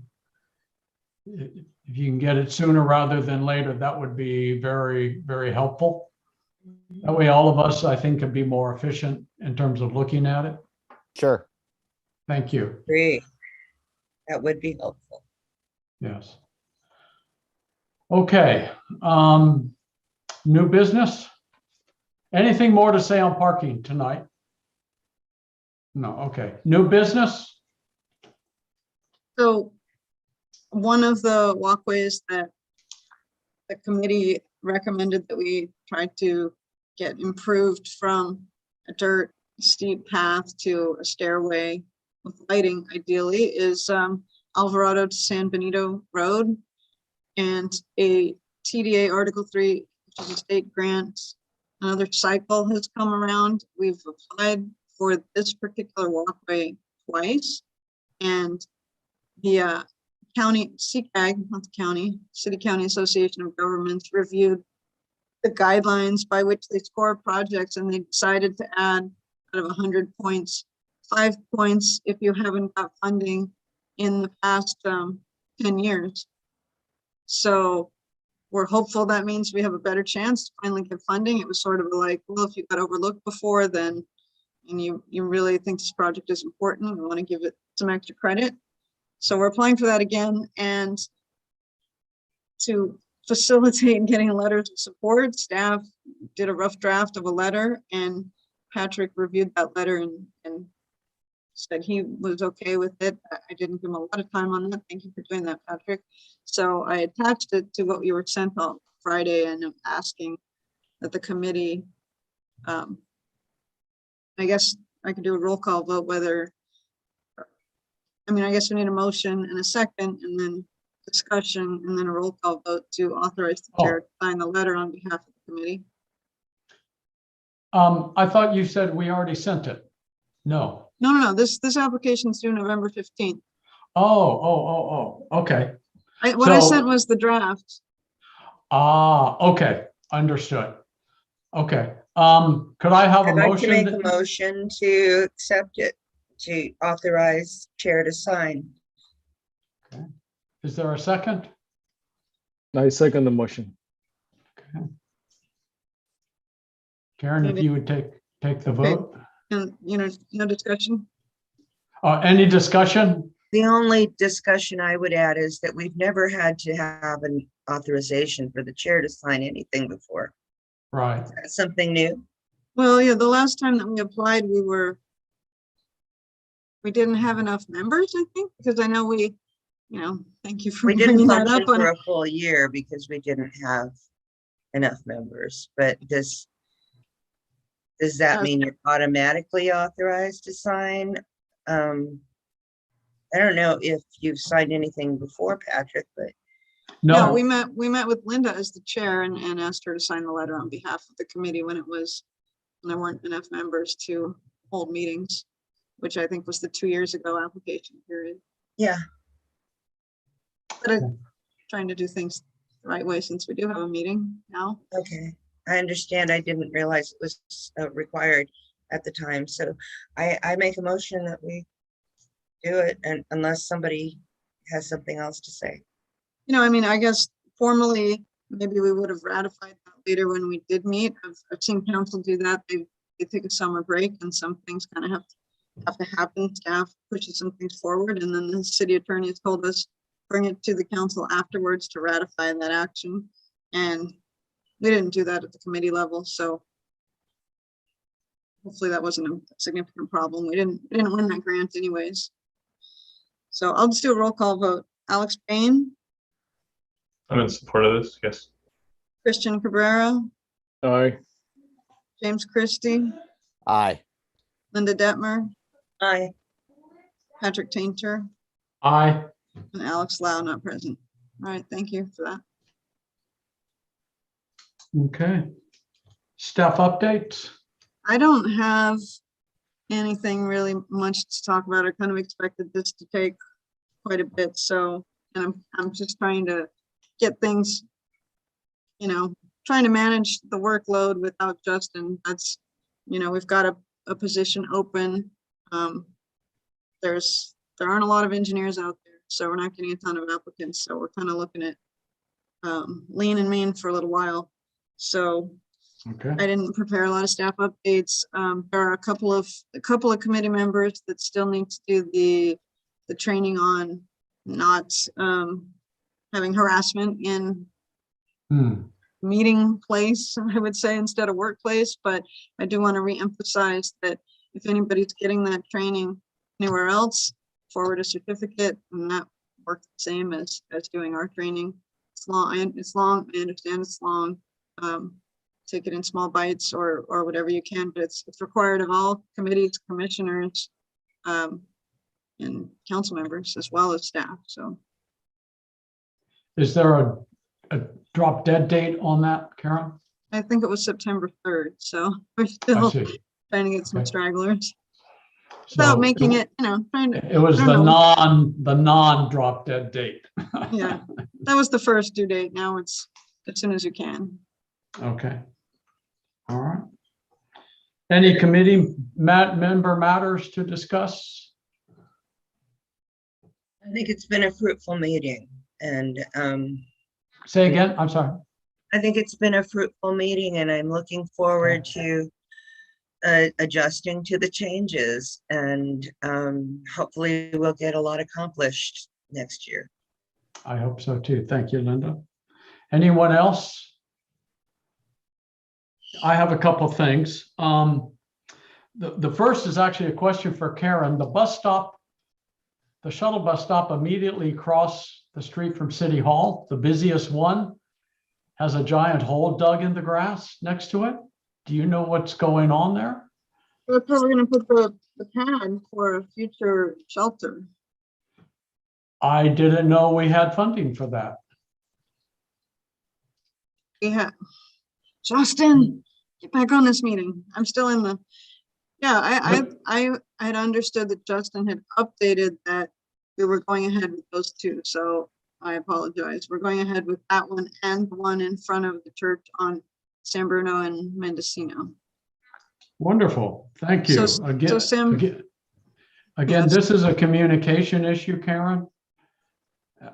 And I mean, we started the meeting with concerns about the lack of communication, and now we get to the end of the meeting and we're kind of still talking about concerns about communication. I mean, that was a major project, you know, and in fact, we even talked about this last Wednesday in the meeting you and I had. And I even mentioned that we didn't have funding, and I wasn't contradicted. This is a concern. okay, I'm confused by that. Maybe I didn't even hear you say it, Okay. that we didn't have funding. We talked about, I thought I talked about Measure W that was passed about 2 or 3 years ago, is a half-cent Right. sales tax. We receive about Right. $8,000 a year. That money is largely for pavement maintenance, and it's a really big issue that we maintain pavement and not have potholes. But staff had said, let's just carve out some money for these. I mean, what I'd said in the very beginning. So let's carve out some money to do some of these too, and this is a funding source that we have. We'll adjust the pavement maintenance by a little bit so that still most of it's going to that, but some can go to these improvements. And then the GI project ended up costing a lot more. I think we reported on that. So we felt like you made that recommendation and we wanted to implement it. Now we got a quote and tried to find a time in a contractor's schedule, and there were a bunch of steps. And Justin, I'm not trying to blame him. He's left the meeting. I'm not trying to say anything like that, but he had, was doing the close managing and was doing staff updates. And I had thought it was communicated at one of the recent meetings that we were going to go ahead with those two. Committee, did I miss it? Was that a meeting I missed by chance? Oh, you know what? It might have been the one that you weren't at, actually. Is that possible? I don't think it's probably a detail that everybody's kind of scratching their head like. I have a vague recollection that we had settled on the 2 shuttle stops and we had decided on that. But I can't recall off the top of my head if there had been money approved to do the pad. But I do recall at least the 2 stops was communicated out. That's my recollection as well. And indeed, at that same meeting, we reviewed some potential designs, but then we agreed when funding became available, the committee would be able to review what the city was choosing for designs again, not necessarily to approve or disapprove, but to at least have some input and to know what was going on. Designs not of the concrete pad. There's no wind shelter, no rain shelter? So at 140 Valley, Justin had picked out a shelter. The bid came in above the amount for which we're allowed to get 1 quote. Our estimate was less than that. So we were going to go out. We haven't progressed on that. That was right at the time that he was leaving. The other site at the San Bruno and Mendocino, there isn't space for a shelter and to meet BDA. So we were just going to put a small bench in there. I can forward to the committee what we've come up with. It's sort of in a draft one. This was the step one. This, I've been bugging him, like, the committee made this recommendation. Let's try to get these improvements out there. And I'm sorry, you're breaking up. I had been asking Justin, the committee made these recommendations. Let's get these improvements in the ground. So having a pad allows us to even just set a bench there and a trash can at the least. But, it doesn't kind of a tough time to do that and not protect people from the rain. It's raining today, but it's been a multi-step process, and I apologize. Let's get better going forward. Let's not look back. Let's make communication going forward. Okay. Keep in mind, there's just me. I'm feeling a little understand. Karen manages sustainability, all of the non-utility maintenance, transportation. Understood. CIPs. I might miss a little hole in the ground here and there. Yeah. Okay. I apologize. I don't have staff right now. Thank you. Linda? Just for clarity, at the beginning of the meeting, it was stated, I think by Karen, that we are the eyes and ears of the community. And correct me if I'm wrong, but somewhere in the letter that Randy wrote about what's acceptable now, which things were off the calendar and going forward, that everything, that we could not bring things to the committee. And I'd like some clarity on that. What exactly does that mean? Does that mean that we need to stop being the eyes and ears, or do we need to bring things to Randy first and ask permission to work on them, or how does that work? It's confusing. So, to my understanding, a number of the items on the work plan, some of them carried over from past years. They were original work of the committee. Councilmember Mackin is right. They've been things that, in my mind, were maybe there wasn't a clear line drawn around them. So there's a lot of room to continue to add to them. What other recommendations does the community and the committee have to expand pedestrian routes, whether it be to schools or not to schools? People want to walk. People that walk to school walk somewhere else. People that don't walk to school still walk to places. You could do that forever, but you've been asked to draw a line around it and make a recommendation and then work on something else as a whole. So we're trying to do that. this memo about the status of the work plan that was approved, things have come up during the year and staff has always said, we need to go and check that that is something that you can work on because the bylaws say it should, it's kind of the whole discussion we've been having, that an item should be referred to you from the council, the city manager, the public works director, or the police chief. So my boss is the public works director. So I go to him and say, hey, committee wants to work on this. Can they work on this? And he's approved each of these that are on the work plan. Now I'm reading his memo right now and it says, I'm satisfied with your review of these items and I thank committee members for their focused efforts and diligence in completing said review. I don't see it mentioning anything about items that have never been brought up. At the bottom.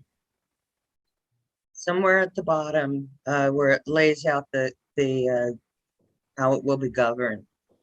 And I don't have it in front of me, but It it's so ends like, with Mission Blue. But maybe I read a different memo that said something about everything has to go through Randy and that it would not be permissible for us to bring things to the table without approval, something like that. It's not anything that I sent to you. I don't know what that, please send it to me when you find it and that we can talk. I'm not sure what. okay. I just, all right. Thank you. Okay.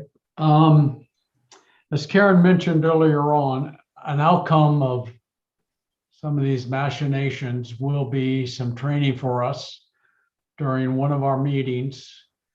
I think you've probably all seen there's a class the city's putting on for 20 people. I forget what it's called, How Brisbane Works or something like that. We'll get kind of a toned down version of that during one of our meetings, maybe a couple of our meetings.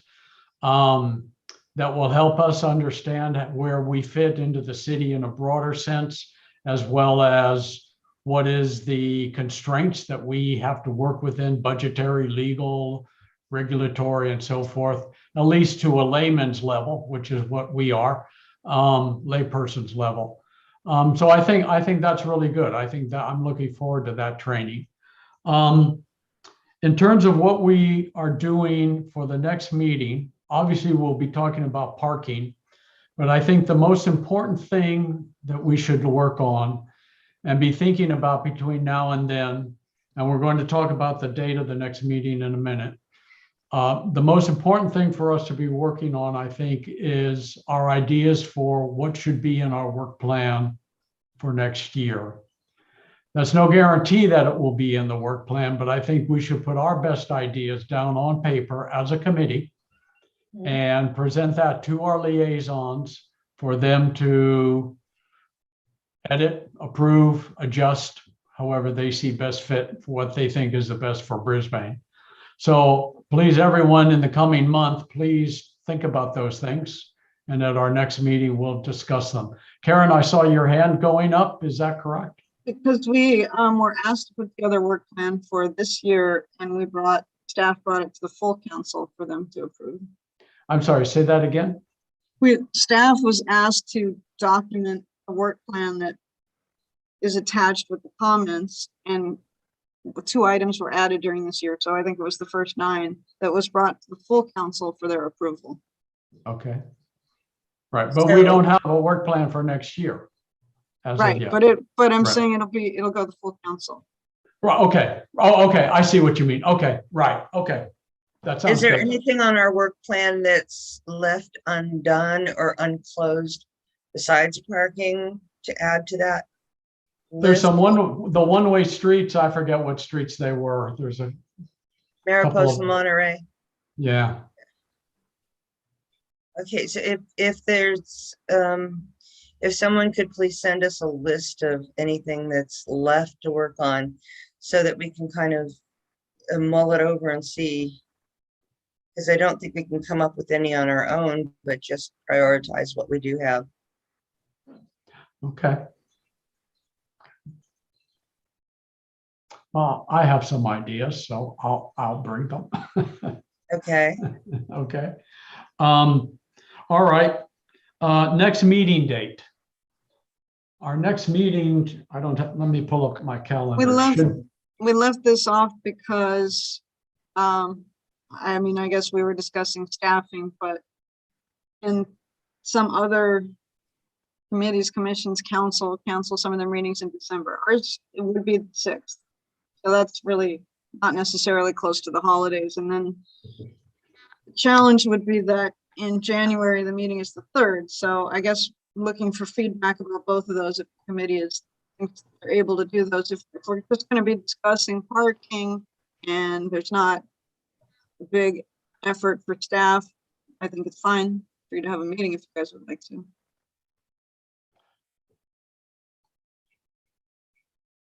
Any thoughts on having a meeting in December from anyone? Any opinions? I wouldn't mind meeting even a short meeting just to see what's on the table for projects for so that when we get to January, we can hit the ground running by getting these immediately to council. And we can start working. We're not wasting a month. Okay. Anybody else have some thoughts? I'm fine with meeting in December if there's stuff to discuss. It sounds like there might be. a Yeah, couple definitely. topics. I'm I good am. with both dates in December and January. I'm sorry, say that again, James? I'm good with both dates in December and January. Okay.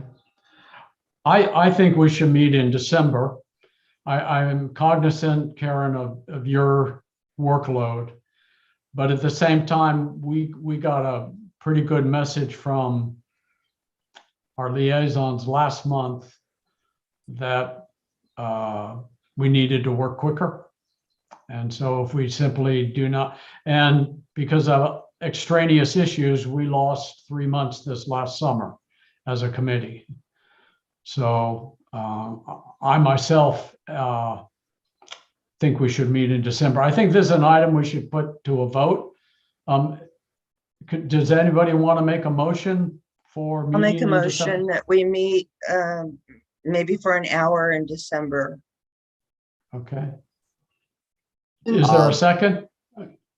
I'm opposed to eliminate it to an hour. I think we should have a full meeting in December.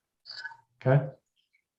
Karen, Linda, do you want to amend your? Yes, I'll amend it to, we'll have a regular meeting in December. Thank you, Linda. Okay. Is there a second?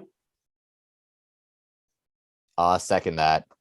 Okay. Any discussion? Karen, you had your hand up. Yeah, I was just gonna say, I did talk to Councilmember Mackin on the phone today because she wanted to talk to me about the idea for the workshop and what we're calling the one for community members that aren't on committees is Brisbane 101, but it was Brisbane 101 light because you guys have a lot of exposure, but it's sort of like the bigger holistic picture of the budget and how projects get executed and how committees fit in with that and all of that. And she and I talked about, well, she was thinking it would be at a committee meeting. And she said we'd need time to prepare. And she and I talked about, well, maybe we wouldn't meet in December, but we'd do that in January. Now, I've heard at the staff level that it may be offered to all committee members on a particular night, and it won't be on the night of our meeting. So I think it's fine to have a regular meeting in December, but I communicated with her that maybe it would make sense not to. So I don't know if she's listening, but if anyone speaks to her, this is why we decided to go ahead with parking and our work plan ideas on December 10th. Yes. Okay. Thank you, Karen. I think I will certainly send a note to her. And if anyone else wants to, I think that would be good as well. You want me to do a roll call for that? Yes, please. Alex Bain. Aye. Christian Cabrera. James Christie. Aye. Linda Detmer. Aye. Patrick Tainter. Aye. Alex Lau, not present. So we will have 2 agenda items to discuss at that meeting. Parking, kind of an overview and kind of scope of where we're at and where we might be, what we're looking at. And then 2 will be some brainstorming on our work plan for 2022. And of course, Karen, if you have things to bring for a work plan, please. Can bring them. I say something about the work plan for the December meeting? Yes. I'm personally uncomfortable with it because there's going to be 4 applications for seats for complete streets. So we don't know who's going to fully make up the committee in 2022. And my preference would be that all new members would be present at that workshop. So they won't come in until March. Our terms, for those of us whose terms are ending in 2022, our terms ending in Mine's up. January. Yeah. I didn't know so Okay. many people were interested in joining. Well, we Our haven't. terms are expiring. Our Yeah. terms are expiring, so like we need to reapply, and there may be new people on the committee. So, okay, here's the problem I have with that. I recognize what you're saying, but in the past, our work plan has always been handed to us, Okay. right? So just hand it to the new members as well. Well, this Yeah. is a chance. I mean, can't- I mean, if that's what the committee wants, but I do want to Right. speak on behalf of the new members that they have some say.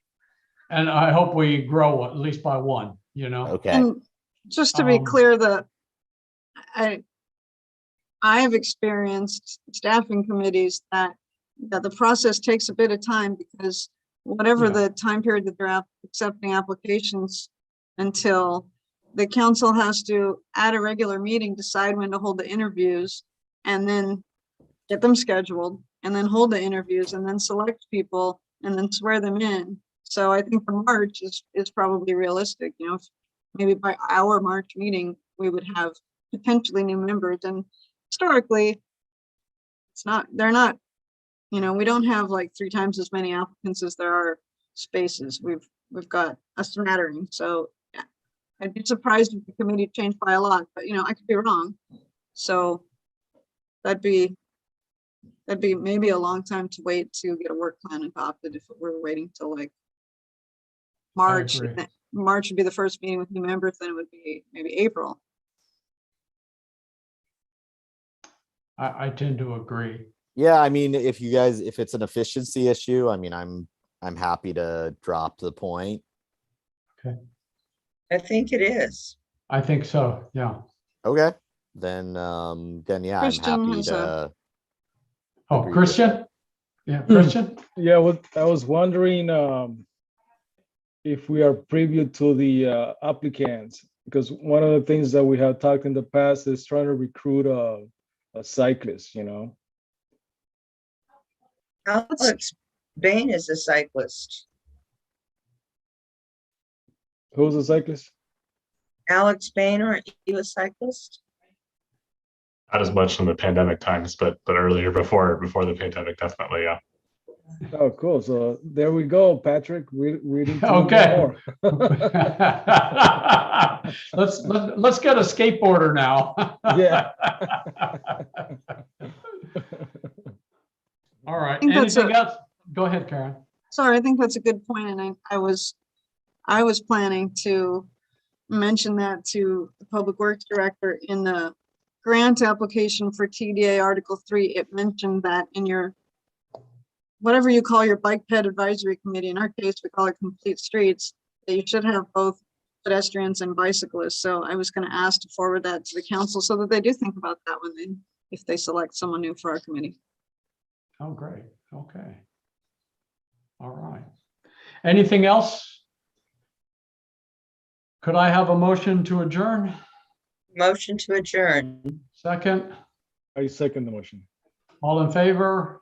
Aye. Aye. Aye. Thank you, everyone. Happy Thanksgiving, and we'll see you in December. Thank you all. Bye, Thank everybody. you. Good meeting, good. Patrick. Yes, thank you. Good night. Good night, everyone.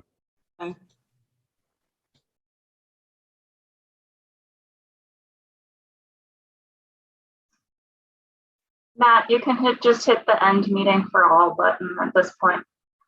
Okay, Alright. have a good night, everyone. Right, thanks. Good night.